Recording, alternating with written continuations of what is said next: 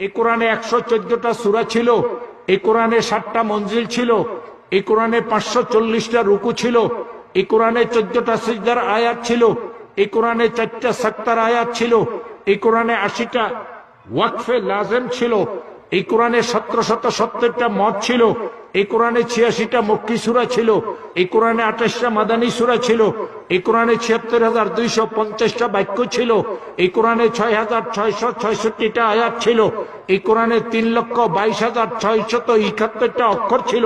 এই কোরআনে ১,০৫,৬৮০টা নোক্তা ছিল, এই কোরআনে ৯৩,৭২৯টা হরকত ছিল, এই কোরআনে ৪৫,৮৪৩টা জবর ছিল, এই কোরআনে ৩,৯৫৭টা জের ছিল, এই কোরআনে ৮,৮০৪টা পেশ ছিল, এই কোরআনে ১২৫৩টা তাসদীদ ছিল, এই কোরআনে ২৮টা হরুফে মুকাত্তাআত ছিল,